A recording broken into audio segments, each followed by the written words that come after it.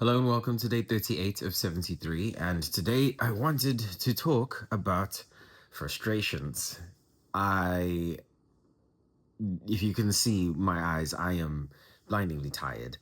I feel as though a lot of the time when I come through at the end of the day to make these videos, there's always a positive spin to what essentially is happening. Most of the time, that isn't the case. And I thought it would be helpful to talk about frustrations in general and what that would entail. To start off, I'll go chronologically.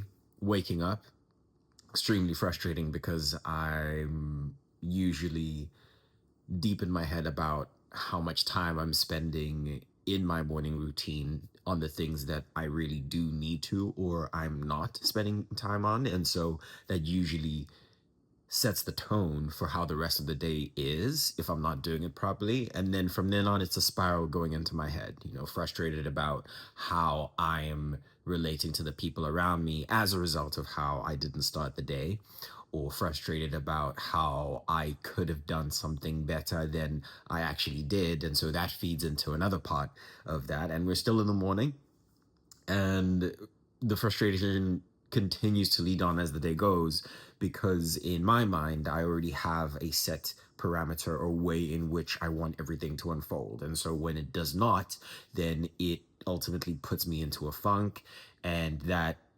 affects the actions that I do take or the kinds of conversations that I do have.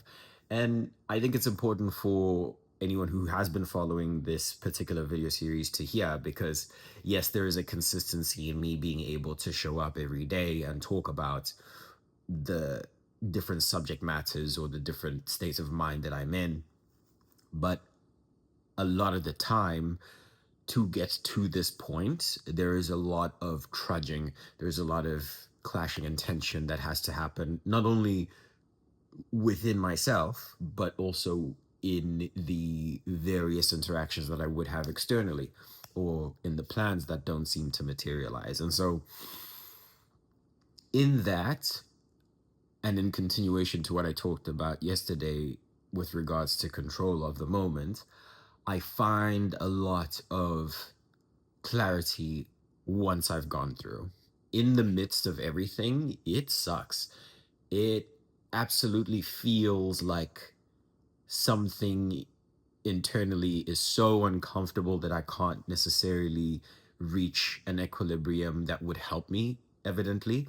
But I also, in those moments, know that those are ways in which my body or my particular self is telling me that I need to either address something in particular, or I need to now rethink or shift the perspective in order to find the good in this. Because ultimately there is good, but try telling that to someone who's going through the thick of any kind of frustration.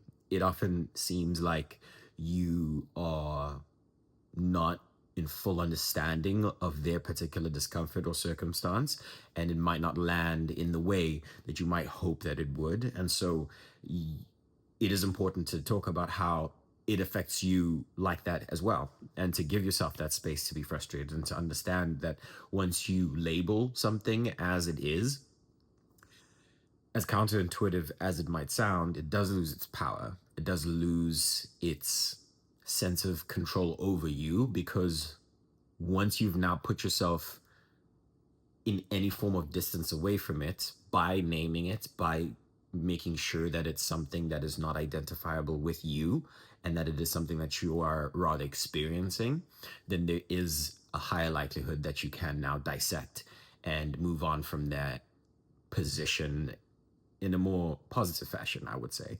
So, as roundabout as that has come through on this particular video, it is something that I feel needs to be noted as far as frustrations are concerned.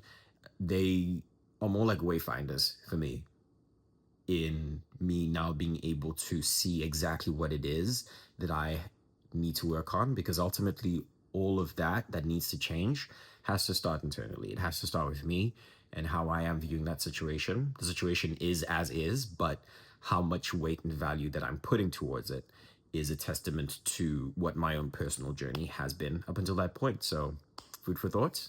Thank you for your time.